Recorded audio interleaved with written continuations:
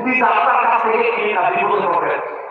দুই ভাই ভাই ভাই বাপ মা মরে গেছে, সম্পদ রেখে গেছে দুইটা, একটা তাল গাছ আর একটা গাভী। সম্পদ কয়টা?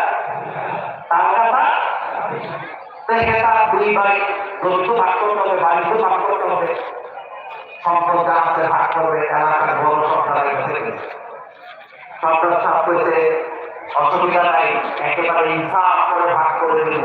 ওই কথা আমরা অন্তত মনে রাখি, সমস্যা নেই, কিন্তু চা পানি টাকা দিয়ে দেবে।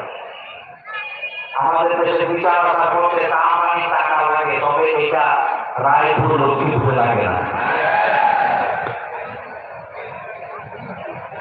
তো চা পানি টাকা দিয়েছে, আসার পরে দুই ভাইয়ের নিয়ে বলছে এক মা নদী বলছ, এক বাপেরই তো জন্ম, তোরা আমাদের চোখের সামনে বলেছ, তোদের মতো ভালো বলা হয় না, দেখিয়ে কোনদিন তো বেয়াদবি করিস নাই, আজকেও আমার রায়টা মেনে নিস, কোনো বেয়াদবি করিস না। দুই ভাই কি রাজি আছো?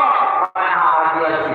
ঠিক আছে, ওই যে টাকা দিতে এদের মধ্যে ঠিক আছে, দাবি তো আর এইটা ভাগ করা যাবে না, দাবির মাথার অংশ তো আর ওই পায়ের অংশ তো, তার মানে যেটা টাকা দিতে ওটা দিতে পায়ের অংশ, আর যেটা টাকা দেয় না ওটা দিতে এটা তো খুশি হয়েছে, ভালো হয়েছে, টাকা দেয় না। বাকি আছে কোনটা? তার কাছে যেহেতু তোর ভাই তুই দাবি আগামী তো তুই তার কাছে কিনে নি।